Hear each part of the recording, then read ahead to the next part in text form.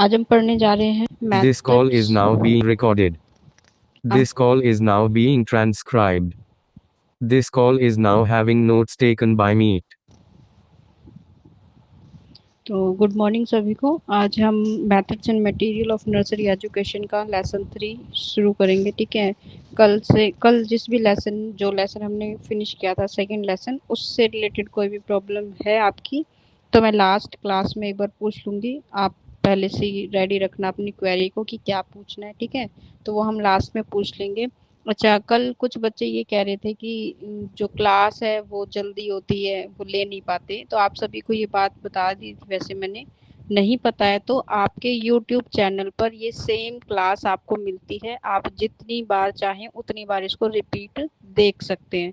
जैसे कोई भी चीज़ आपको समझ में नहीं आई है तो आप यूट्यूब पे जाकर वो क्लास दोबारा से देख सकते हैं, जितनी बार आपका मन करे उतनी बार ये अवेलेबल होती है। आपको चैनल पता है अपना, ठीक है, उस चैनल पे ये अवेलेबल है, आप वहाँ से उसको देख सकते हैं। कोई भी अगर आपका टॉपिक छूट रहा है या क्लास छूट गई है, ठीक है, तो आप वहाँ से उसको देख सकते हैं, परेशान होने की ज़रूरत नहीं है। ठीक है, और कभी कभी अगर आप कहीं बिजी हैं या फिर कहीं गए हैं, आप क्लास नहीं ले पाए हैं, तो भी ये क्लास आपको यूट्यूब पे अवेलेबल मिलेगी, आप वहाँ से उसको देख सकते हैं। ठीक है, तो आगे हम अपने लेसन को शुरू करते हैं, जिसका नाम है प्रिंसिपल्स ऑफ एजुकेशन, यानी शिक्षा के जो सिद्धांत हैं उसके बारे में हम इसमें डिस्कशन करेंगे कि जो प्रिंसिपल्स होते हैं एजुकेशन के, कि किस आधार पर हमें शिक्षा जो है वो देनी चाहिए, या फिर शिक्षा को देने का हमारा क्या जो है आधार बेस होना चाहिए, कि किस तरह की शिक्षा हमारे समाज को ज़रूरत है, कैसी शिक्षा, उसका जो भी क्राइटेरिया होता है उसके बारे में डिस्कशन करेंगे। तो प्रिंसिपल्स ऑफ एजुकेशन यानी आप कह सकते हैं शिक्षा के सिद्धांतों के बारे में बात करेंगे। प्रिंसिपल्स का मतलब होता है सिद्धांत, और एजुकेशन का मतलब आप सभी को पता है क्या होता है, शिक्षा होता है। तो शिक्षा के सिद्धांतों पर चर्चा करेंगे। तो आमतौर पर जब भी हम शिक्षा से बात करते हैं या शिक्षा की बात करते हैं तो आपका विद्यालय से क्या होता है, इसका संबंध होता है। मतलब जो एजुकेशन है, आप कह सकते हैं डायरेक्टली किससे संबंधित है, वो हमारे स्कूल से रिलेटेड है, क्योंकि वही आपका आधार होता है किसी भी शिक्षा को शुरुआत करने का, आपके ज्ञान की पहली शुरुआत करने का। तो विद्यालय में जाकर विधिवत अध्याय करने से लिया जाता है। मतलब जब आप क्या करते हैं, रेगुलर स्कूल्स में जाते हैं, ठीक है, वहाँ से अपनी चीज़ों को सीखते हैं, तो वो क्या है, एक विधि है, मतलब एक तरीका है किसका, अध्ययन करने का, सीखने का। इसी को हम क्या कहते हैं, शिक्षा कहते हैं। मतलब आप कहेंगे शिक्षा तो वो सीधे डायरेक्टली किससे संबंध रखेगी, आपके स्कूल से। फिर जब विद्वान होते हैं, यानी जो भी ऐसे लोग हैं जिन्होंने शिक्षा के क्षेत्र में बहुत अच्छा काम किया है, या आप वेदों की बात करें, ऋषि मुनियों की बात करें, उनके विद्वानों के विचार के आधार पर, मतलब हर व्यक्ति की अपनी एक थिंकिंग होती है, तो उस आधार पर जो भी एजुकेशनिस्ट होते हैं, जिसे आप शिक्षा शास्त्री कहते हैं, जो शिक्षा के क्षेत्र में जिन्होंने बहुत काम किया है, आपको अलग अलग मेथड्स दिए हैं, या फिर आप कह सकते हैं नई विधियां आपको दी हैं, जिसके माध्यम से आप शिक्षा को जो है आगे तक लेकर जा सकते हैं। आज शिक्षा का एक नया स्वरूप आपको देखने को मिलता है।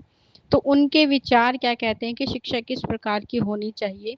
तो विद्वानों का जो विचार है कि विद्यालय में ही बालक को जो है शिक्षा दी जाती है। मतलब जब आप एक तरीके की बात करते हैं, मतलब सिखा तो आप बहुत सारी चीज़ें खुद से भी सकते हैं, लेकिन स्कूल जो है उसमें क्या होता है, एक पैटर्न होता है आपके सामने। जब आप विद्यालय की बात करते हैं, स्कूल की बात करते हैं, तो वहाँ पर क्या है, आपके पास एक पैटर्न है, मतलब एक तरीका है, जहाँ पर क्या है चीज़ें सिस्टमैटिक तरीके से, मतलब विधिवत चलती हैं, एक के बाद एक, जो है आप कह सकते हैं कि क्रम के अनुसार जो है चीज़ें उसमें क्या है होती हैं, कि बच्चे को हर एक चीज़ जो है वो किससे इस प्रकार से सिखाई जाएगी कि पहले क्या सिखाने की आवश्यकता है, बाद में उसे किस चीज़ का ज्ञान होना चाहिए। तो एक लगातार आप कह सकते हैं चरण के माध्यम से चलती है, एक स्थित आपके पास, मतलब एक पर्टिकुलर फिक्स आपके पास क्या होता है, करिकुलम होता है, पाठ्यक्रम होता है, जिसके आधार पर आपको शिक्षा दी जाती है। तो विद्वान ये कहते हैं कि विद्यालय में क्या की जाती है, बच्चे को, किसी भी बच्चे को अगर आपको शिक्षित करना है तो उसके लिए सबसे जो अच्छा या सबसे जो बेहतर स्थान है वो क्या होता है, स्कूल होता है। इसके अलावा वो क्या कहते हैं कि वहीं पर रहकर वे जीवन के भविष्य का निर्माण करना सीखते हैं। मतलब आने वाले समय में कैसी कैसी समस्याएं आपको देखने को मिलेगी, किस प्रकार से आपको अपने जीवन में चीज़ों को साथ लेकर चलना है, ठीक है, किस प्रकार से अपने आप को तैयार करना है।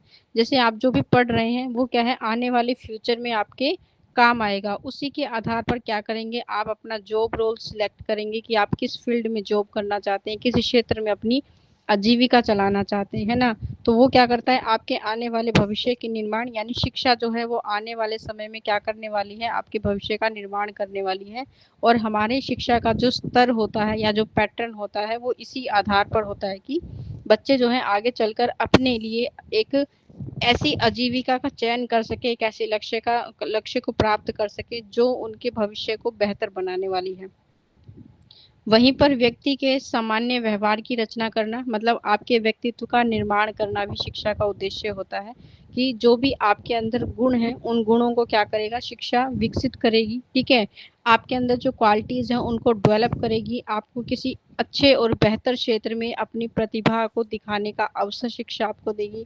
आपका जो व्यवहार है लोगों के प्रति, आपकी जो भावनाएं हैं उनको जो है वो क्या करती है, विकसित करती है कि आप अपनी बातों को सही प्रकार से सम्मान पूर्वक दूसरों के साथ रह सकें, अपनी बातों को प्रस्तुत कर सकें। तो एक अच्छे व्यक्तित्व का निर्माण करना भी क्या है, शिक्षा का ही कार्य है। तो ये क्या करती है, व्यक्ति के सामान्य व्यवहार की रचना करती है कि जो व्यवहार आप दूसरों के साथ करते हैं वो व्यवहार भी क्या है, शिक्षा की वजह से है। ठीक है, मतलब जो भी आपने सीखा है उस आधार पर आप क्या करते हैं, लोगों से बिहेव करते हैं। और उसी के अनुरूप आपके चरित्र का, आपके कैरेक्टर का, आपके व्यक्तित्व का विकास होता है। यानी आपके कैरेक्टर और साथ साथ ही आप कह सकते हैं आपका जो पर्सनैलिटी है, आपका जो व्यक्तित्व है वो भी उसी प्रकार से क्या करता है, उसका निर्माण होता है। कि जो चीज़ अपने आसपास के वातावरण में आप देख रहे हैं, सीख रहे हैं, उसी के आधार पर क्या है, आपका जो करेक्टर है, आपका चरित्र निर्माण होता है। और इसके साथ साथ ही क्या है, आपके व्यक्तित्व के विकास को भी क्या करता है, प्रभावित करता है कि आपकी पर्सनैलिटी कैसी होगी। ठीक है, जैसे अलग अलग तरह के लोग आपने देखे होंगे, कुछ बहुत ज़्यादा बोलते हैं, कुछ कम बोलते हैं, कुछ इंट्रोवर्ट होते हैं, कुछ एक्सट्रोवर्ट होते हैं, मतलब कुछ दिखावा करना ज़्यादा पसंद करते हैं, कुछ अपनी बातों को हमेशा छुपा कर रहते हैं। तो ये क्या है, अलग अलग तरह के व्यक्तित्व के प्रकार होते हैं। ठीक है, और उस आधार पर आपका अपना एक व्यक्तित्व होता है और व्यक्तित्व को प्रभावित करती है। जैसे आपके माता पिता से मिले हुए गुण वो प्रभावित करेंगे, आपके आसपास का वातावरण आपको प्रभावित करेगा, आपके परिवार के जो भी सिद्धांत, जो भी प्रिंसिपल, मतलब जिस भी नियम के आधार पर आपकी परवरिश की गई है वो उसको प्रभावित करेंगे। आपका एनवायरनमेंट कैसे था, ठीक है, वो हर एक चीज, आपका खाने पीने का तरीका, हर एक चीज, आपका न्यूट्रिशन वैल्यू कैसा रहा है, हर एक चीज आपके व्यक्तित्व को क्या करती है, प्रभावित। तो मतलब व्यक्तित्व पर किसी एक चीज का प्रभाव नहीं होता, आपकी करेक्टर को, आपके व्यक्तित्व को बनाने में बहुत सारी चीजें क्या करती हैं, योगदान करती हैं। जिनमें से एक भाग जो होता है वो किसका है, शिक्षा का होता है। कि शिक्षित व्यक्ति की अलग ही पर्सनालिटी आपको नजर आती है। ठीक है, लॉजिकल बातें वो करता है, उनके विचार अलग होते हैं। जैसे आज के समय की जो आधार है उस आधार पर जो आपका विचार है कि किस तरह की चीजें हमारे समाज के लिए अच्छी हैं, बुरी हैं, वो एक शिक्षित व्यक्ति का क्या है, व्यक्तित्व होता है। शिक्षा के विषय में डॉक्टर बी डी भाटिया क्या है, ये एक व्यक्ति हैं, ठीक है, डॉक्टर हैं। और इनके आधार पर उद्देश्य के ज्ञान के अभाव में शिक्षा उस नाविक के समान है जिसे अपने लक्ष्य या मंजिल का पता नहीं होता। ठीक है, तो मतलब क्या है, डॉक्टर भाटिया जी ने एक बात कही है कि अगर इनके अनुसार ये कहते हैं कि जब भी आप किसकी बात कर रहे हैं, जब भी आप एजुकेशन की बात करते हैं, आप शिक्षा की बात कर रहे हैं, तो शिक्षा की जब भी शुरुआत होती है तो उसका क्या होता है, एक उद्देश्य है। मतलब आप पढ़ रहे हैं तो उसके पढ़ने का कोई ना कोई उद्देश्य है। आप विद्यालय जाते हैं, उसका भी कोई ना कोई उद्देश्य है। ठीक है, कि आपको क्या करना है, एक स्तर के लिए शिक्षित होकर अपने जीवन को आगे लेकर जाना है। तो हर एक, मतलब जब भी आप कोई चीज पढ़ रहे हैं तो कैसी है, उद्देश्य है। तो ये कहते हैं कि बी डी भाटिया जी कहते हैं कि जब भी आप शिक्षा की बात करते हैं, शिक्षा कैसी होती है, हमेशा उद्देश्य के लिए होती है। कि कोई भी चीज आप सीख रहे हैं, कोई भी कोर्स आप कर रहे हैं, कोई ट्रेनिंग आप कर रहे हैं, उस हर एक चीज को करने के पीछे क्या है, एक लक्ष्य होता है, एक एम होता है। अगर आप ऐसी शिक्षा की बात करते हैं जिसका कोई भी लक्ष्य नहीं है, मतलब उद्देश्य के ज्ञान के अभाव में अगर ऐसी शिक्षा आप ले रहे हैं जिसका आपको पता ही नहीं है कि आप इस चीज को क्यों सीख रहे हैं, क्यों पढ़ रहे हैं, अगर ऐसी शिक्षा आप ग्रहण कर रहे हैं तो कैसी है, एक ऐसी नाव के समान है जिसके किनारे का कोई भी अता पता नहीं है। मतलब जैसे आप कोई भी कोर्स कर रहे हैं, चाहे वो 6 महीने का है, चाहे वो 1 वर्ष का है, उसके खत्म होने के बाद आपको पता है कि आपको एक चीज की जानकारी मिलने वाली हो और आप उस चीज को अपने किस फील्ड में यूज कर सकते हैं। लेकिन अगर आप ऐसी शिक्षा ग्रहण कर रही है कि आप क्या कर रहे हैं, सीख लिया, पता नहीं किस काम आएगा, तो ये कैसी है, एक ऐसे नाव के समान है जिसका कभी भी कोई किनारा नहीं होता है। तो उनके अनुसार, मतलब इनके अनुसार ये कहना चाहते हैं कि शिक्षा कैसी होती है, हमेशा उद्देश्यपूर्ण।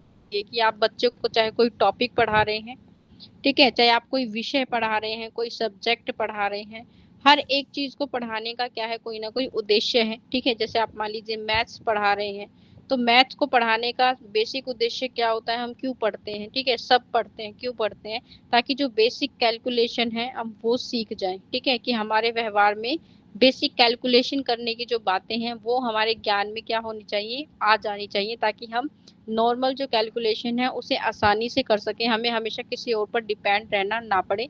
दूसरा है, आपके अधिकारों का कोई हनन नहीं कर पाएगा। ठीक है, मतलब जितना ज्यादा ज्ञान आपके पास होगा चीजों को लेकर, उतनी ज्यादा आपके पास क्या होती है, ये सहूलियत होती है कि आप इंडिपेंडेंट बनते हैं, स्वतंत्र रहते हैं, दूसरों पर निर्भर रहना नहीं पड़ता। तो इसलिए एजुकेशन जो है मस्ट है, और एजुकेशन हमेशा कैसी होनी चाहिए, उद्देश्यपूर्ण होनी चाहिए।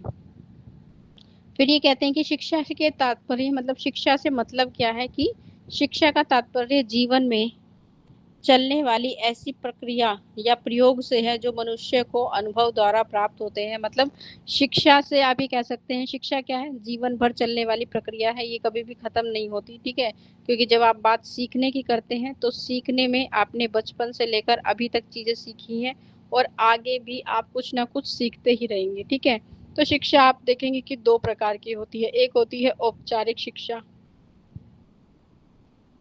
जो आप कहाँ से ग्रहण करते हैं, जो आप स्कूल से, विद्यालय से ले रहे हैं, कॉलेज से ले रहे हैं, किसी ट्रेनिंग सेंटर से ले रहे हैं, ठीक है, या फिर यूनिवर्सिटीज से आप ले रहे हैं, भाई ग्रेजुएशन की आपने, पीजी करी, पोस्ट ग्रेजुएशन करी। ठीक है, और एक होती है अनौपचारिक शिक्षा।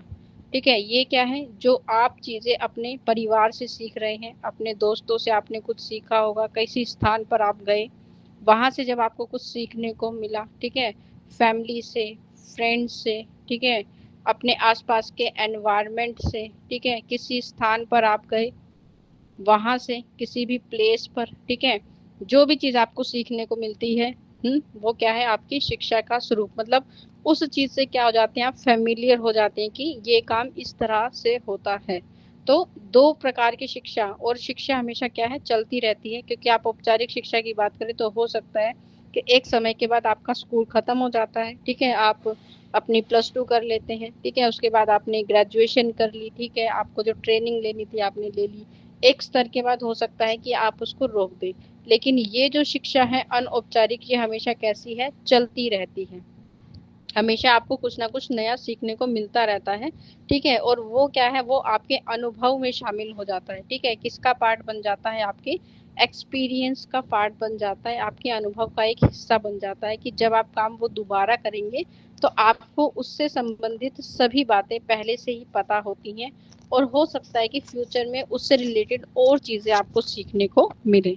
तो इसलिए हम कहते हैं कि शिक्षा क्या है, एक ऐसी प्रक्रिया है जो हमेशा चलती रहती है, जब तक आपकी मृत्यु नहीं होती कुछ ना कुछ आपको सीखने को मिलता रहेगा। ठीक है, चाहे वो किसी भी क्राइटेरिया के बेसिस पे हो, ऐसा नहीं है कि कुछ ऐसी ही चीजें, कुछ चीजें आपको किसी से धोखा मिलने के बाद सीखने को मिलेंगी, कुछ आपको मतलबी लोगों से सीखने को मिलेगी। मतलब हर एक चीज जो आपकी नॉलेज को, आपके, आप कह सकते हैं समझने की शक्ति का जो विकास करती है, वो भी शिक्षा का एक पार्ट है। तो उसे हम इनफॉर्मल एजुकेशन में, यानी अनौपचारिक शिक्षा में रखते हैं।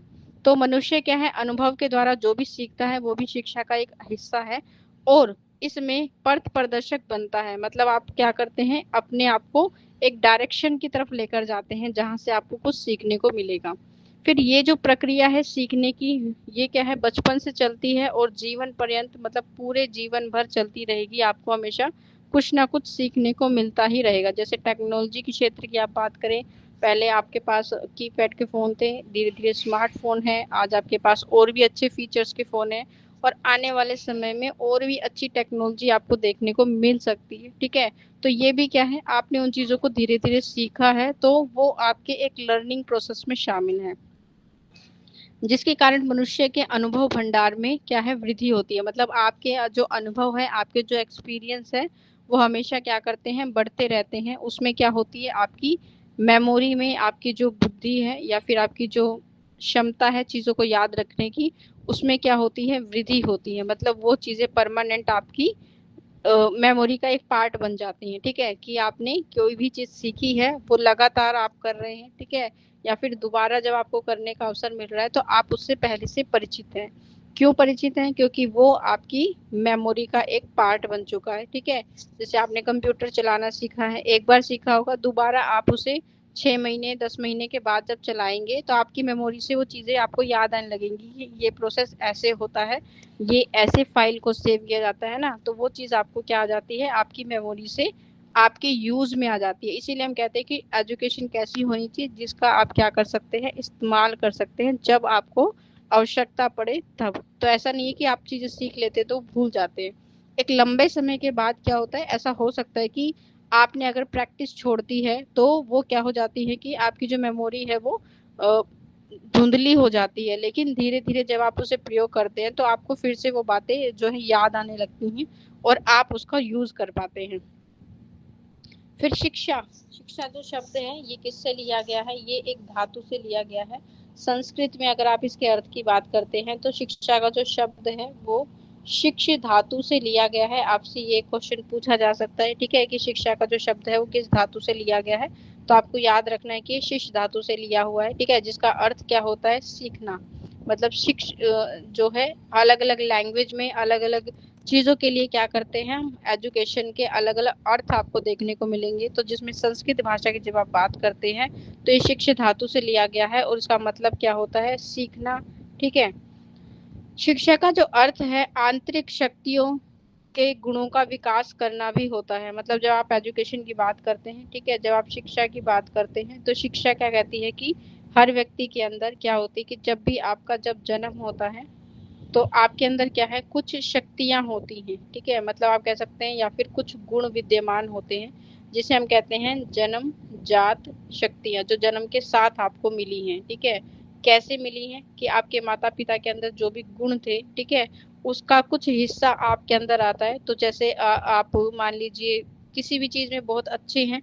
ठीक है, मान लीजिए आपकी वॉइस बहुत अच्छी है उदाहरण के लिए। ठीक है, और जैसे जैसे आप क्या होंगे, बड़े होंगे, विकसित होंगे, तो आप अपने इस गुण को क्या कर सकते हैं, विकसित कर सकते हैं और इस क्षेत्र में जाकर क्या कर सकते हैं, अपने आप को और बेहतर बना सकते हैं, सिंगर बन सकते हैं। एक उदाहरण है। तो ऐसे बहुत सारे क्या होते हैं, आपके अंदर गुण विद्यमान होते हैं और इन गुणों का क्या करती है शिक्षा, विकास करती है। इनको क्या करती है, वो धीरे धीरे विकसित करती है। तो इसीलिए हम कहते हैं कि शिक्षा क्या करती है, आपके अंदर जो भी शक्तियां हैं उन शक्तियों का या फिर उन गुणों को क्या करती है, ये विकसित करती है, आपके स्किल को और बेहतर बनाती है, उसको और ज्यादा डेवलप करती है। मतलब मान लीजिए आप में बोलने की क्षमता पहले से ही है, लेकिन कहाँ पर किस शब्दों का इस्तेमाल करना चाहिए, ठीक है, कहाँ पर आपको ठहराव की आवश्यकता है, कहाँ पर अपनी वाणी को आपको तेज करने की आवश्यकता है, कहाँ पर उसमें तीव्रता लाने की आवश्यकता है। ठीक है, कहाँ पर आपको कोमल भाव लाने की आवश्यकता है। ठीक है, तो आपने देखा है ना फिल्मों में जब डायलॉग बोलते हैं तो वहां पर किस चीज को किस तरह से रिप्रेजेंट करना है। ठीक है, गुस्से में, प्यार से।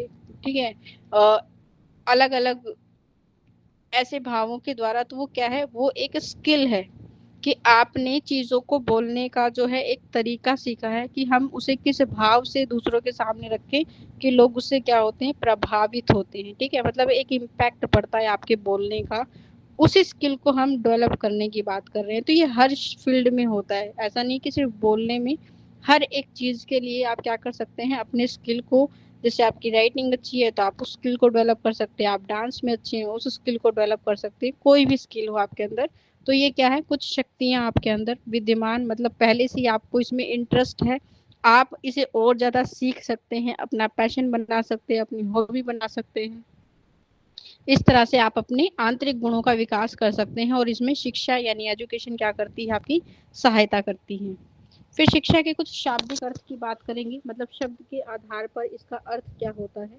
तो जब आप शिक्षा के यानी एजुकेशन के मीनिंग की बात करते हैं कि इसके अर्थ, शब्द का क्या अर्थ होता है, तो शिक्षा क्या है, एक अंग्रेजी शब्द का पर्यायवाची है। ठीक है, जिसे आप क्या कहते हैं, जैसे मैंने बोला शिक्षा।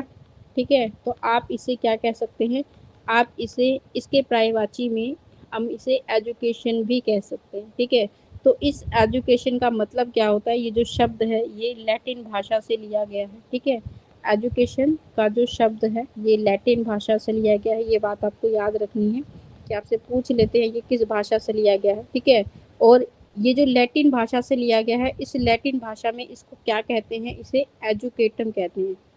ठीक है, मतलब क्या कहना चाहता है कि जब आप लैटिन भाषा की बात करते हैं तो लैटिन भाषा में एजुकेशन को एजुकेटम कहते हैं।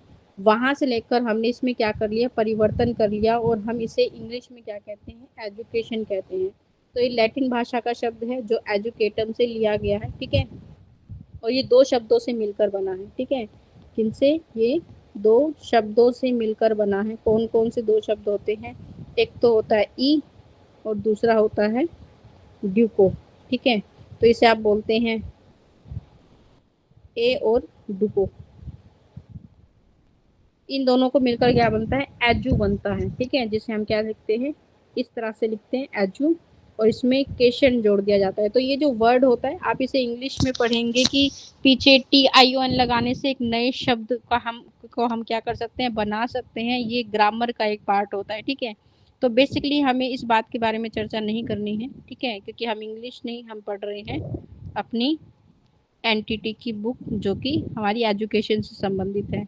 तो लैटिन भाषा में इसे हम एजुकेटम कहते हैं, और एजुकेटम शब्द को दो शब्दों से मिलकर बनाया गया है, ए और डुको से मिलकर बना है। ए का अर्थ होता है आउट ऑफ, और डुको का अर्थ होता है to lead forth, to extract out. मतलब टू लीड का मतलब होता है आगे बढ़ाना, मतलब किसी को गाइडेंस देना, और टू लीड फोर्थ मतलब आगे की तरफ आगे बढ़ाना, या फिर टू एक्सट्रैक्ट आउट का मतलब क्या होता है कि बाहर निकालना। ठीक है, तो हम क्या कह रहे हैं, एजुकेशन क्या करती है, आपकी आंतरिक चीजों को, आपकी आंतरिक शक्तियों को बाहर निकालती है। तो इसीलिए हम इसे क्या कहते हैं, टू एक्सट्रैक्ट आउट, चीजों को बाहर निकालना। ठीक है, इसका अर्थ होता है।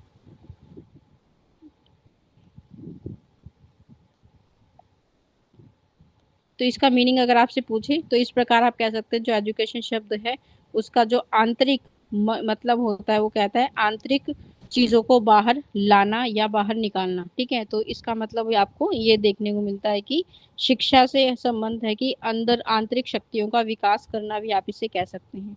फिर प्राचीन भारत की अगर आप बात करें तो उस समय में भी इसका कुछ ना कुछ क्या रहा होगा, अर्थ रहा होगा कि प्राचीन काल में शिक्षा का शाब्दिक अर्थ क्या होगा। तो प्राचीन भारत की जब हम बात करते हैं तो शिक्षा को विद्या के नाम से जाना जाता था। ठीक है, और विद्या शब्द की जो उत्पत्ति है वो विद धातु से हुई है। तो आप सभी को पता है जो संस्कृत भाषा है उसी से हिंदी का क्या हुआ है, उद्गम हुआ है, हिंदी उसी से बनी हुई है। इसलिए पहले के बाद अगर आप करते हैं तो वहां पर विद, जो कि एक संस्कृत भाषा का शब्द है जिसे आप धातु के रूप में प्रयोग करते हैं, इससे इसको लिया गया है, जिसका अर्थ आपको देखने को मिलता है कि क्या, जानना। किसी चीज के बारे में आप जब जान पाते हैं, ज्ञान प्राप्त कर पाते हैं, उसी को हम क्या बोलते हैं, शिक्षा बोलते हैं। तो इस तरह से आप विद्या शब्द के अर्थ को ज्ञान से ले सकते हैं कि विद्या का अर्थ क्या है, ज्ञान है।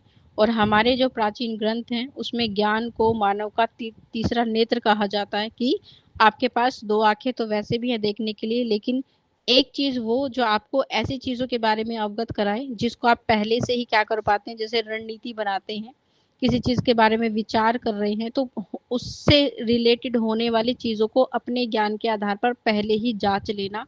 तो इसीलिए हम क्या कहते हैं, प्राचीन ग्रंथों में विद्या को या ज्ञान को मानव का तीसरा नेत्र भी कहा गया है, जो क्या करता है, आपके अज्ञान को दूर करता है। ठीक है, और सत्य के दर्शन कराने में आपकी सहायता करता है, मतलब रियलिटी के साथ आपको क्या करता है, जोड़ता है, वास्तविकता के साथ आपको क्या करता है, जोड़ने का प्रयास करता है। इसी को हम शिक्षा कहते हैं। फिर विद्या जिसे आप कहते हैं कि वो हमें क्या बनाती है, विनम्र, मतलब आपके भाव को क्या बनाएगी, वो कोमल बनाती है।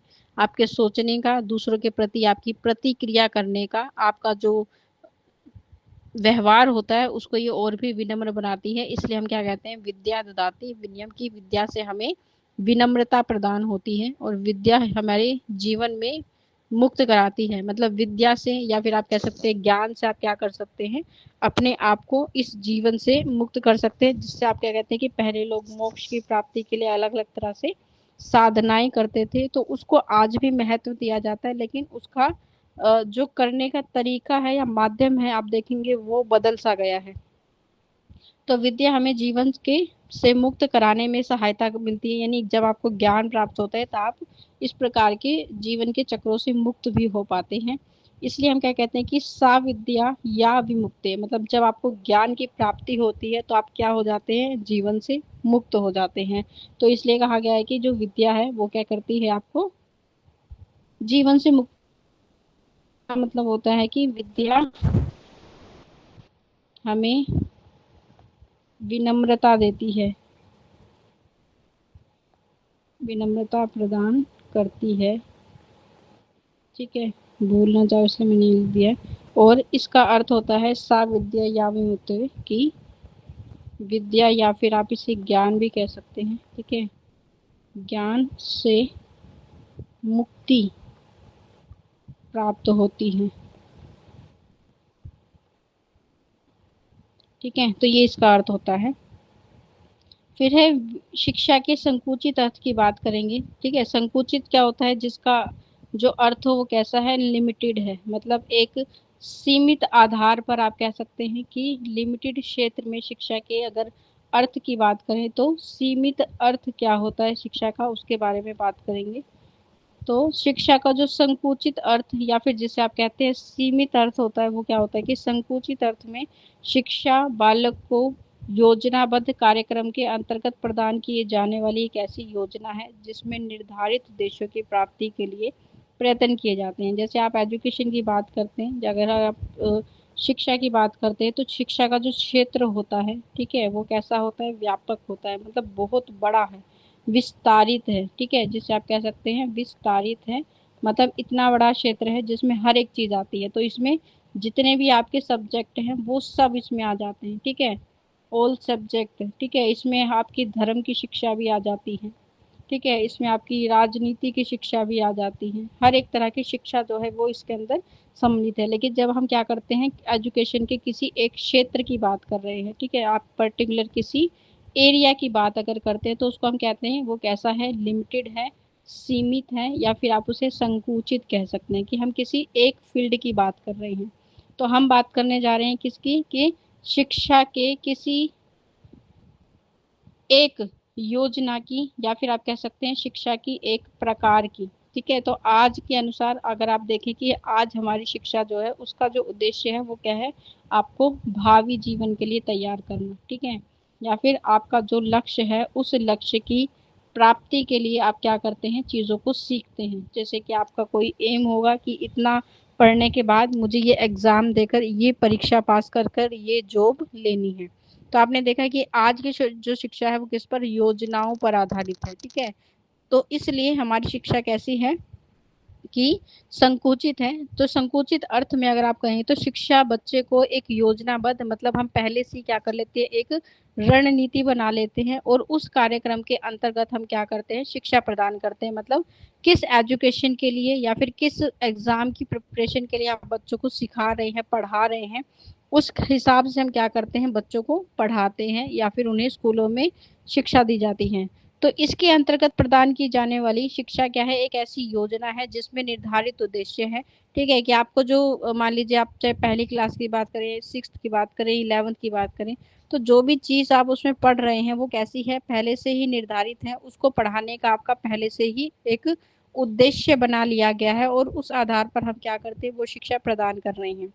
फिर विद्यालय में प्रदान की जाने वाली शिक्षा इसी श्रेणी में आती है, मतलब स्कूल में जो कुछ भी आपने सीखा है या जो कुछ भी अब बच्चे सीख रहे हैं वो किस प्रकार की शिक्षा है, वो एक तरह की संकुचित शिक्षा है, मतलब सीमित शिक्षा की बात करती है। ऐसा नहीं कि वहां पर आपको हर एक चीज पढ़ाई जाती है। ठीक है, ऐसा नहीं होता, वहां पर क्या है, एक लिमिटेड या फिर आप कह सकते हैं पर्टिकुलर एक पाठ्यक्रम आपके पास है और वही पाठ्यक्रम क्या है, आपको पढ़ाया जाता है, जिसका पहले से ही क्या है, एक उद्देश्य निर्धारित है। वो आपके एजुकेशन डिपार्टमेंट का हो सकता है, ठीक है, आपकी सरकार का हो सकता है, आपके स्कूल का हो सकता है, कि हम अपने पाठ्यक्रम में इन चीज़ों को इसलिए रख रहे हैं क्योंकि इस तरह का ज्ञान हमें बच्चे के व्यवहार में लेकर आना है। तो पहले से ही निर्धारित क्या है, हमारा उद्देश्य है। इसमें निश्चित उद्देश्यों वाला जो प्रत्येक कक्षा अथवा स्तर का एक निर्धारित पाठ्यक्रम होता है। ठीक है, क्या है कि आपने जिस भी स्कूल की आप बात कर रहे हैं, ठीक है, जिस भी शिक्षा के क्षेत्र की आप बात करें, उसमें क्या है, निश्चित उद्देश्यों की प्राप्ति के लिए हर एक कक्षा में उस स्तर के बच्चों के लिए, जैसे उनकी एज ग्रुप अलग होती है कि फर्स्ट क्लास में बच्चा 5 या 6 वर्ष का होगा, अगली क्लास में बच्चा 7 वर्ष का होगा, ठीक है। इस प्रकार से जितने भी क्लास की आप बात करें, उसमें एक पर्टिकुलर क्राइटेरिया होता है कि इस क्लास में इस एज ग्रुप के बच्चे होंगे, तो उनके स्तर के आधार पर कि उनके सीखने का स्तर कैसा है, मानसिक स्तर कैसा है, उस आधार पर हम क्या करते हैं, उनके पाठ्यक्रम को निर्धारित किया जाता है, मतलब चीजों को उस हिसाब से सिखाया जाता है। फिर जैसे एक निश्चित अध्ययन काल में, मतलब एक पर्टिकुलर टाइम आपके पास फिक्स है, कि जब आप स्कूल की बात करते हैं तो स्कूल में क्या है आपके पास एक फिक्स, मतलब एक पर्टिकुलर क्या है आपके पास पाठ्यक्रम है, ठीक है। उसके बाद आपके पास एक निर्धारित समय सीमा है, जैसे 1 वर्ष की आपके पास समय होता है कि 1 वर्ष में आपको ये पाठ्यक्रम पूरा करना है। एक क्या होता है उसमें समय सारणी होती है, जिसके आधार पर आप क्या करते हैं, डेली आपका स्कूल लगाया जाता है। आपकी जो दैनिक गतिविधियां होती हैं उनको निर्धारित किया जाता है कि रोज बच्चों को किस प्रकार से कौन सा क्लास कब लगेगी, कैसे लगेगी, ठीक है। ये सब क्या है, एक निश्चित अध्ययन काल, मतलब एक समय फिक्स है कि आपका जो स्कूल है वो 8 से 2 बजे का होगा, ठीक है, या फिर 8 से 1 बजे का होगा, 8 से 12 होगा, वो डिपेंड करता है कि स्कूल किस प्रकार से है। तो एक निश्चित अध्ययन काल मतलब सीखने का एक फिक्स समय होता है, और किसके द्वारा, शिक्षकों के द्वारा क्या है आपको चीजें सिखाई जाती है, मतलब अध्यापक आपके पास होते हैं जो आपको क्या कराते हैं, उन चीजों के बारे में सिखाते हैं। तो वास्तव में जब आप क्या करते हैं, संकुचित अर्थ की यानी किसी सीमित क्षेत्र की बात करते हैं, तो शिक्षा एक प्रकार से क्या है, पुस्तक तक सीमित है, मतलब कुछ किताबें आपके पास हैं, उन किताबों में लिखा हुई जो भी बातें हैं, जो भी ज्ञान है, बस वो आपको सीखना है। तो इसमें क्या है आपके पास एक सीमित, एक फिक्स क्या है क्राइटेरिया दिया हुआ है जहां तक आपको चीजें सीखनी है। हर एक क्लास में ऐसे आपको धीरे धीरे आगे बढ़ाया जाता है। तो इसलिए आप कहते हैं कि शिक्षा के अगर आप सीमित अर्थ की बात करें तो वहां पर क्या होता है, हमारा एक विशेष उद्देश्य होता है उस विषय को, उस चीज को सिखाने का, जो पहले से ही क्या होता है निर्धारित होता है, ठीक है। तो इसे हम क्या कहते हैं, शिक्षा का संकुचित अर्थ कहते हैं, लिमिटेड एरिया कहेंगे। फिर हम बात करेंगे कि शिक्षा के वास्तविक अर्थ को समन्वित रूप से इस प्रकार व्यक्त किया जा सकता है कि अगर आप इसके वास्तविक अर्थ की बात करें कि मतलब शिक्षा का जो रियल में अर्थ होता है, तो शिक्षा एक ऐसी सामाजिक और गतिशील प्रक्रिया है, ठीक है। सामाजिक क्यों है, क्योंकि हम शिक्षा हमेशा समाज के अनुरूप देते हैं कि आज हमारे समाज को किस चीज की आवश्यकता है, उस आधार पर शिक्षा का निर्माण किया जाता है।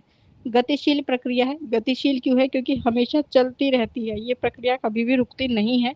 आप समाज में किसी से, आपने मान लीजिए अपने आसपास के वातावरण में अगर आप लोगों से मिल भी रहे हैं, तो उनसे भी आपको कुछ ना कुछ सीखने को मिलेगा। तो ये क्या है, एक गतिशील प्रक्रिया है, हमेशा चलने वाली प्रोसेस है, जो व्यक्ति के जन्मजात गुणों को विकसित करती है, मतलब उन क्वालिटीज को डेवलप करती है जो आपको कहाँ से मिली है, आपके जन्म के साथ ही आपको जो मिली है, और उनके व्यक्तित्व को क्या करती है, निखारती है, मतलब आगे पर्सनैलिटी को और ज्यादा डेवलप करती है कि जितना ज्यादा आप लोगों से मिलते हैं उतनी ज्यादा चीजें आपको सीखने को मिलती हैं। तो किसी का सामाजिक वातावरण बहुत बड़ा और गहरा होता है और उसकी पर्सनैलिटी उतनी ज्यादा डेवलप्ड आपको देखने को मिलेगी। कुछ लोग कम बाहर निकलते हैं, कम लोगों से मिलते हैं, तो उनकी व्यक्तित्व पर लोगों का उतना प्रभाव नहीं पड़ता, तो उनका व्यक्तित्व अलग होता है।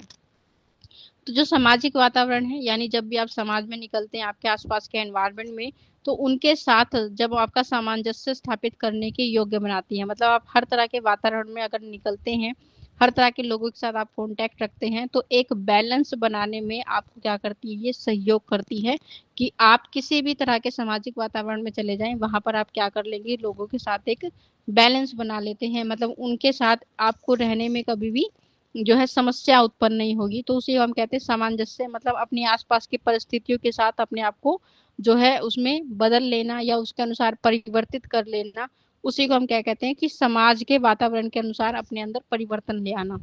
तो यह जो सामाजिक और गतिशील प्रक्रिया है, व्यक्ति को उसके कर्तव्यों का ज्ञान कराती है, मतलब आपको आपकी समाज में एक जो भूमिका है कि आपको समाज में क्यों रहना है, ठीक है, कि क्या क्या कार्य होते हैं समाज में रहने के लिए, उन सभी बातों से आपको ये कराती है, अवगत कराती है, उसके बारे में बताती है।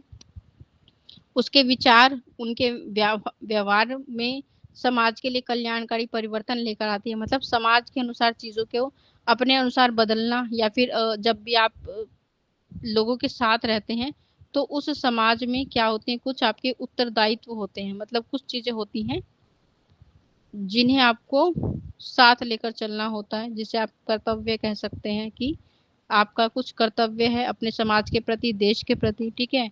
कुछ आपके उत्तर दायित्व होते हैं, मतलब कुछ ऐसे कार्य होते हैं जो आपको समाज के लिए करने होते हैं, ठीक है। और ये क्या लेकर आते हैं आपके व्यवहार में, तो आपने देखा कुछ समाज सेवी होते होते हैं जो समाज के लिए कार्य कर रहे हैं, कुछ शिक्षा के क्षेत्र में कार्य कर रहे हैं, एनजीओ के बारे में आपने सुना होगा, है ना। ये सब क्या करते हैं, ये सब ऐसी चीजें हैं जो समाज को आगे बढ़ाने के लिए या फिर उसमें परिवर्तन लाने के लिए क्या करती हैं, कार्य करती हैं। तो उसी प्रकार से अगर आप ऐसी चीजों से जुड़ते हैं तो आपके व्यवहार में एक अलग बदलाव, आपकी पर्सनैलिटी में एक अलग चेंज आपको देखने को मिलता है। ये डिपेंड करता है कि आप किस प्रकार के वातावरण में रहते हैं, ठीक है। जरूरी नहीं हर व्यक्ति इस प्रकार से कनेक्टेड हो, लेकिन जितना ज्यादा आप लोगों के या चीजों के कांटेक्ट में आते हैं उतना ज्यादा ये क्या करता है, आपकी पर्सनैलिटी पे, आपके जो भी व्यक्तित्व है उस पर क्या करता है, ये प्रभाव डालता है, ठीक है। तो जितना ज्यादा आप लोगों से मिलते हैं, समाज में लोगों के साथ रहते हैं, ठीक है, उतना ज्यादा ये क्या करता है, आपके व्यक्तित्व को प्रभावित। जैसे आप घर पर हैं तो चीजें आपको उतना प्रभावित नहीं करेंगे, लेकिन आप मान लीजिए जॉब कर रहे हैं तो जब भी आप जाएंगे तो वहां पर जितने भी लोग होंगे उन सभी की पर्सनैलिटी का, उन सभी के व्यक्तित्व का आप पर क्या पड़ेगा, प्रभाव पड़ेगा। और आप में धीरे धीरे बदलाव आपको देखने को मिलेगा। तो उस जॉब में जब आप गए थे उससे 5 से 10 साल के बीच में आप अपने आप को देखेंगे मेजर करके, तो आपको खुद से डिफरेंस नजर आएगा कि मैं कैसी थे और मैं अब कैसे बदल गए हैं आप, ठीक है। मतलब चेंज, अच्छे चेंज भी होते हैं, बुरे भी होते हैं, हर प्रकार के होते हैं। वो डिपेंड करता है कि आप किस वातावरण से प्रभावित हो रहे हैं, ठीक है। तो ये आपके व्यक्तित्व को, आपकी पर्सनैलिटी को क्या करते हैं, एनहेंस करते हैं, इम्प्रूव करते हैं, आपको और ज्यादा बेटर कनेक्टिविटी देते हैं। तो शिक्षा का वास्तविक अर्थ इससे भी है। फिर हम बात करेंगे कि शिक्षा की कुछ परिभाषाओं के बारे में। अलग अलग जो व्यक्ति हैं उनके द्वारा हमारे पास क्या है, कुछ डेफिनेशंस दी हुई हैं जो शिक्षा को परिभाषित करती है कि शिक्षा का अर्थ क्या होता है। तो शिक्षा की परिभाषा की आप बात करें तो अलग अलग लोगों के आधार पर इसकी परिभाषा अलग होती है। जैसे आप हैं, मान लीजिए आपका कोई 5 लोगों का ग्रुप है और आपको कहा जाए कि अपने आधार पर शिक्षा को डिफाइन कीजिए, परिभाषित कीजिए, तो आप सबके विचार अलग अलग होते हैं। इसी प्रकार से कुछ बातें हमें विद्वानों के द्वारा या फिर भारतीय या फिर पहले के जो विद्वान हैं उनके आधार पर कुछ परिभाषाएं दी हुई हैं, ठीक है। तो ये परिभाषाएं मतलब आपसे पूछ सकते हैं कि किस व्यक्ति के आधार पर शिक्षा का क्या अर्थ होता है।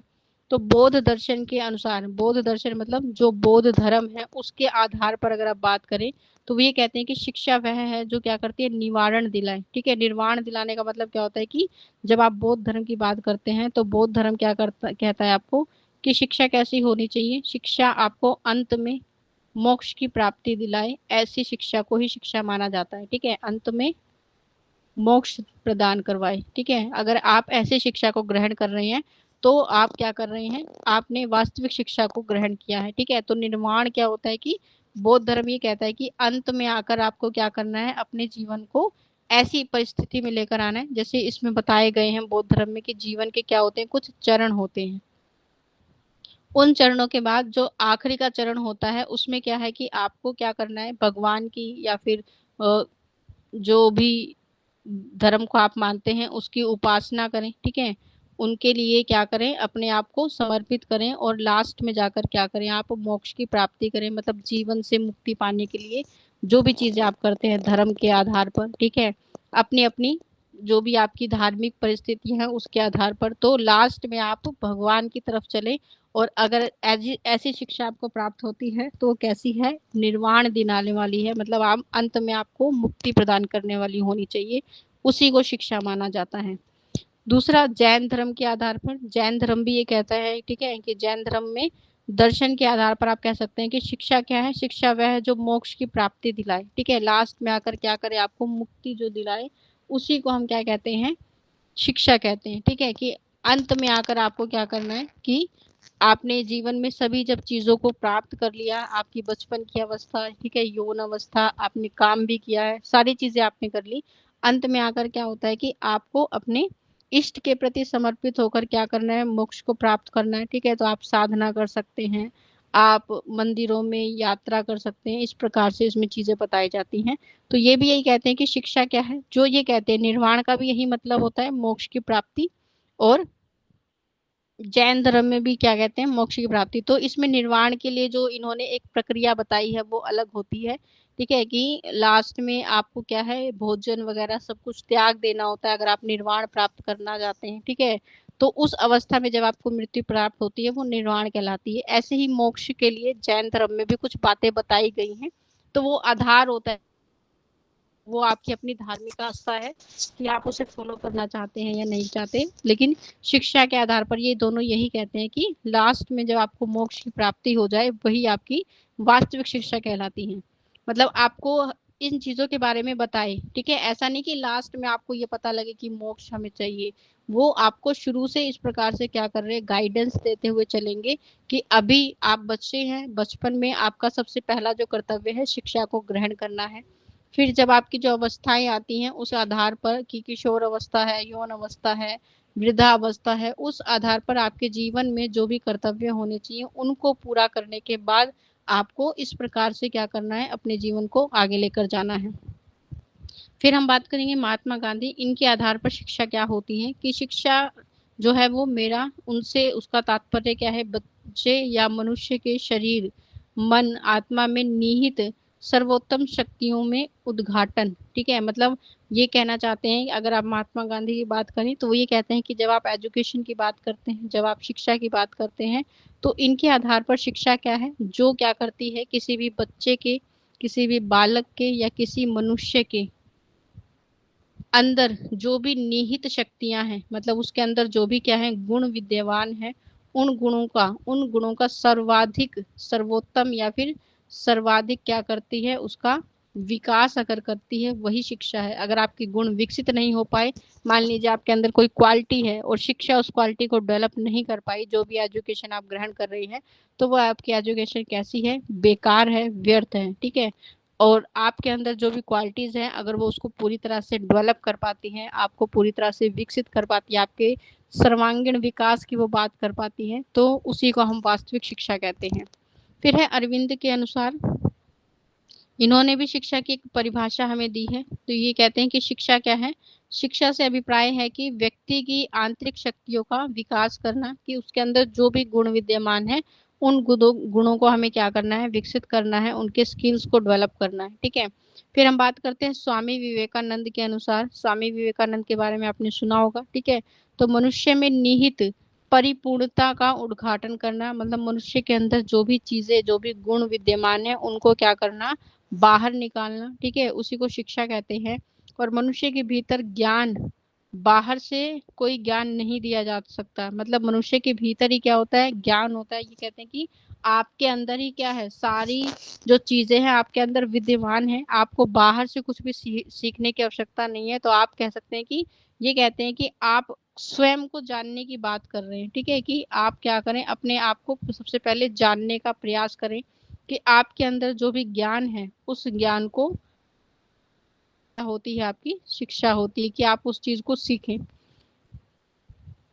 अगली जो परिभाषा है हमारे पास वो है रविंद्रनाथ टैगोर के अनुसार। रविंद्रनाथ टैगोर जी कहते हैं कि जब भी आप शिक्षा की बात करते हैं तो शिक्षा का जो आश्रय है वो मस्तिष्क को इस योग्य बनाने से है कि वह चिरंतर सत्य को पहचान सके, मतलब वो क्या कर सके अपनी बुद्धि के। ठीक है, कि आपकी मानसिक स्थिति का इतना विकास करना। ठीक है, कि आपके मस्तिष्क का या फिर आप कह सकते हैं मानसिक स्थिति का, जो दोनों ही किससे, आपके मेमोरी से संबंधित है, आपके ब्रेन से रिलेटेड है, कि उसका क्या करना, इतना ज्यादा विकास करना कि आप हमेशा सत्य को पहचान सके। ठीक है, कि आप हमेशा जो है सच में और झूठ में क्या कर सकें, अंतर को स्पष्ट कर सकें। अगर ऐसी चीजें आप सीखे हैं, ऐसा ज्ञान आपको प्राप्त है, तो वही क्या है, आपकी वास्तविक शिक्षा है। तो इसके साथ एक रूप हो सके और अभिव्यक्त कर सके, मतलब सच्ची बातों को पहचान सके, उसको समझ सके और उसको आप क्या कर सकें, दूसरों के सामने प्रस्तुत कर सके, वही शिक्षा कहलाती है। फिर है कौटिल्य के अनुसार। ठीक है, कौटिल्य ही कहते हैं कि शिक्षा का जो अर्थ है वो देश के लिए प्रशिक्षण तथा राष्ट्र के लिए प्रेम है। मतलब हमें क्या करना है, शिक्षा ऐसी होनी चाहिए जो क्या कर रही है, आपको अपने देश की उन्नति के लिए क्या कर रही है, प्रशिक्षण दे रही है। प्रशिक्षण मतलब क्या है, एक तरह की ट्रेनिंग आप कह सकते हैं।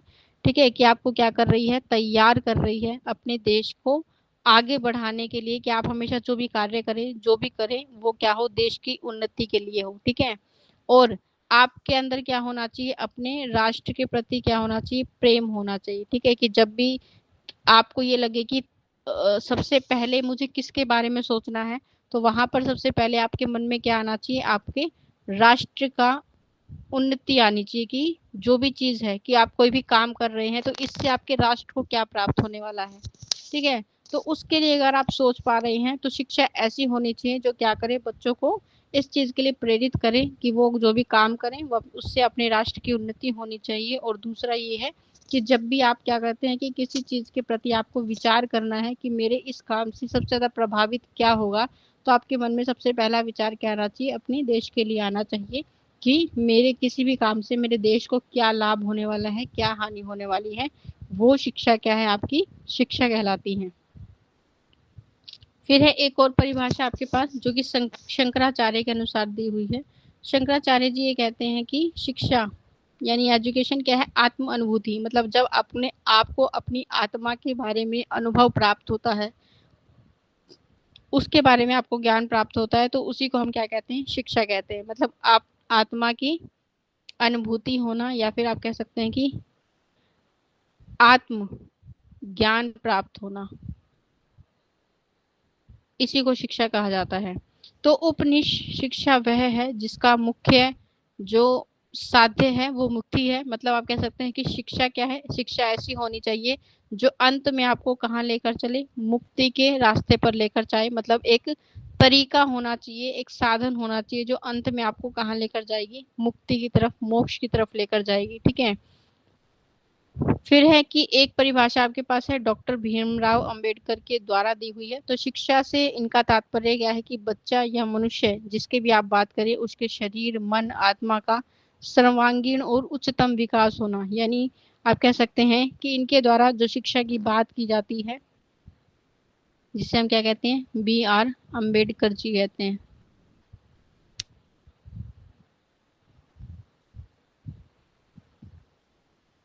B.R. अम्बेडकर, इनके अनुसार अगर आप शिक्षा की यानी एजुकेशन की बात करते हैं, तो शिक्षा क्या है कि शिक्षा ऐसी होनी चाहिए जो किसी व्यक्ति की फिजिकल,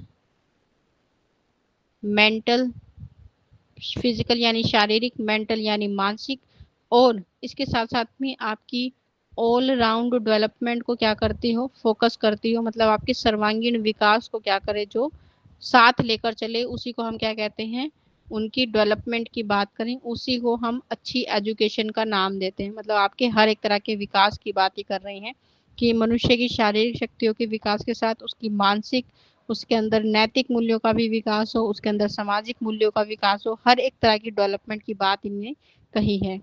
फिर है डॉक्टर लवी गौतम। डॉक्टर लवी गौतम ये कहते हैं कि प्रदेश संयोजक उत्तर प्रदेश के अनुसार, मतलब ये क्या है, एक प्रदेश संयोजक है। जैसे पहले जितने भी व्यक्तियों के बारे में आपने पढ़ा है उनको आप जानते हैं। ठीक है, शंकराचार्य जी के बारे में आपने पढ़ा होगा, B.R. अम्बेडकर जी के बारे में भी आपने सुना होगा। तो डॉक्टर रवि गौतम अगर आप इन्हें नहीं जानते तो ये क्या है, एक प्रदेश संयोजक है, और उत्तर प्रदेश के ये क्या थे, प्रदेश संयोजक थे। तो इनके आधार पर शिक्षा व्यक्ति कि सभी भीतरी शक्तियों का विकास करती है, जिससे वह अपने वातावरण पर क्या कर सकता है, नियंत्रण कर सकता है, और अपने उत्तरदायित्व का निर्वहन कर सकता है। मतलब कि आपके अंदर जो भी क्वालिटीज हैं, उन क्वालिटीज को ये क्या करेगा, बेहतर डेवलप करेगा, और उनकी डेवलपमेंट के साथ साथ क्या करेगा, आप अपने आसपास के वातावरण के साथ क्या कर पाए, एक बैलेंस बना पाए। जैसे आपकी जो परिस्थितियां हैं वो समय के अनुसार बदलती हैं, ऐसा नहीं कि उन परिस्थितियों के अनुसार आप जो है वो क्या हो जाए, भ्रमित हो जाएं, या फिर आप कुछ ऐसा करें जो कि आपके लिए उचित नहीं है। तो इस प्रकार की परिस्थितियों में भी अगर आप अपने वातावरण के साथ क्या कर पाते हैं, बैलेंस बना पाते हैं, तो उस प्रकार के उत्तरदायित्व का निर्वहन करने के लिए आप क्या है, तैयार हैं। ऐसी शिक्षा क्या है, आपके पास होनी चाहिए। फिर अरस्तु, अरस्तु के बारे में भी आपने पढ़ा है, इन्होंने बहुत सारा काम किया है एजुकेशन के क्षेत्र में, साइकोलॉजी के क्षेत्र में। तो इनके आधार पर शिक्षा क्या है, शिक्षा स्वस्थ शरीर का निर्माण करती है, स्वस्थ मस्तिष्क का निर्माण करती है। मतलब अगर आपके पास शिक्षा है तो जो एजुकेशन है वो आपके मस्तिष्क के साथ साथ आपके शरीर को भी क्या रखती है, स्वस्थ रखती है, उसे बेहतर बनाती है। फिर है पेस्टोलॉजी। पेस्टोलॉजी ने भी बहुत सारी कार्य किए हैं, किसके, शिक्षा के क्षेत्र में, या फिर आप कह सकते हैं साइकोलॉजिस्ट इन्हें कहा जाता है। ठीक है, क्या है, एक तरह के मनोवैज्ञानिक हैं।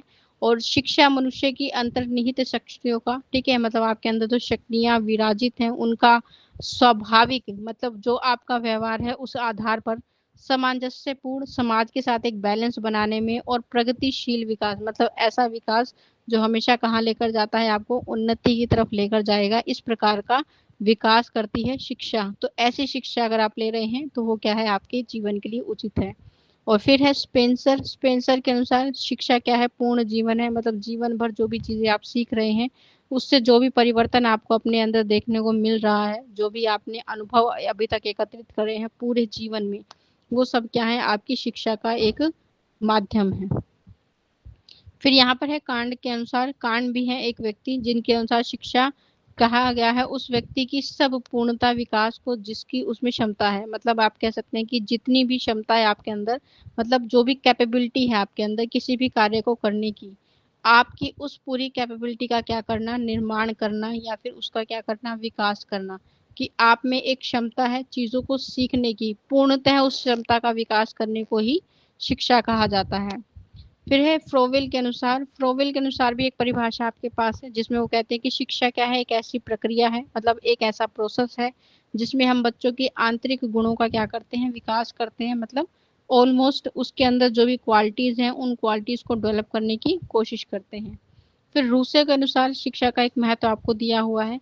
प्रत्येक बालक में प्राकृतिक शक्तियों का, प्राकृतिक शक्तियां वही होती हैं जो जन्म के समय आपको प्राप्त होती हैं। ठीक है, आपके अंदर क्या होती है, हर कार्य को करने की एक क्षमता होती है। मतलब एक, आप कह सकते हैं कि आपकी कैपेबिलिटी है किसी भी काम को करने की, कि आप एक काम को 2 घंटे कर सकते हैं, 4 घंटे कर सकते हैं, है ना। तो ऐसे ही हर एक चीज को करने की आपकी क्षमता जो है, उस क्षमता का विकास करना, आपके अंदर जो योग्यताएं हैं, जो गुण विद्यमान हैं, उनको स्वतः एवं स्वाभाविक विकास के का नाम ही शिक्षा है। मतलब उसका क्या हो, अपने आप से विकास हो, व्यवहारिक विकास हो, जो हमारे समाज के लिए उचित है, उसी को हम क्या कहते हैं, शिक्षा कहते हैं। फिर एक और परिभाषा है आपके पास जॉन डीवी के अनुसार। इनका नाम भी आपने सुना होगा, साइकोलॉजी के क्षेत्र में इन्होंने बहुत काम किया है। तो इनके अनुसार अगर आप कहते हैं कि शिक्षा क्या है, तो ये कहते हैं कि शिक्षा अनुभवों के सतत पूर्ण निर्माण द्वारा जीवन की प्रक्रिया है। मतलब ये कहना चाहते हैं कि जो भी चीज आप सीख रहे हैं, ठीक है, एजुकेशन क्या है, एजुकेशन एक एक्सपीरियंस है, मतलब अनुभव है। जो भी चीज आप सीखते हैं उससे आपको एक अनुभव प्राप्त होता है, और इस अनुभव के आधार पर आप क्या करते हैं, अपने जीवन में पुनर्निर्माण करते हैं। ठीक है, मतलब आपको कोई चीज नहीं आती तो आप उसको क्या करते हैं, अपने अनुभव में उसको दोबारा से ऐड कर लेते हैं। ठीक है, या फिर क्या कर लेते हैं, उसको दोबारा से उसमें चेंज कर लेते हैं, परिवर्तन कर लेते हैं। तो उसे हम क्या कहते हैं, पूर्ण निर्माण। कि आपने जो भी अनुभव अभी तक प्राप्त किए हैं उसके अंदर लगातार, सतत का मतलब होता है लगातार पुनर्निर्माण, कि उसमें बदलाव लेकर आना, उसके द्वारा जीवन की प्रक्रिया, ठीक है, बदलाव लाने की जो प्रक्रिया है वही शिक्षा कहलाती है। और वह व्यक्ति की उन समस्त क्षमताओं का विकास करती है। मतलब आपके अंदर उन सभी क्वालिटीज को ये क्या करती है, डेवलप करती है, जो उसको अपने वातावरण के अंदर नियंत्रण करने की, मतलब अलग अलग परिस्थितियां, मैंने आपको पहले ही बताया है, नियंत्रण करने का मतलब क्या है, कि आपके आसपास का जो वातावरण है वो परिस्थितियां या समय हमेशा समान या एक तरह से नहीं रहता, उन परिस्थितियों में बदलाव आता है। और उस बदलाव के साथ अगर आप अपने वातावरण को क्या कर पा रहे हैं, नियंत्रित कर पा रहे हैं, कंट्रोल कर पा रहे हैं, उसमें क्या कर पा रहे हैं, एक बैलेंस बना पा रहे हैं, ठीक है, तो वो चीज़ क्या है, वो आपकी शिक्षा का एक पार्ट है। मतलब आपका मानसिक संतुलन इतना अच्छा है कि आप परिस्थितियों के अनुसार चीज़ों को परिवर्तित कर पा रहे हैं, या आप अपने अंदर परिवर्तन ला पा रहे हैं। क्योंकि जब परिवर्तन आता है तभी व्यक्ति उसके साथ जी पाता है, ठीक है। और अन्यथा वो क्या है, किसी न किसी बुरी परिस्थिति में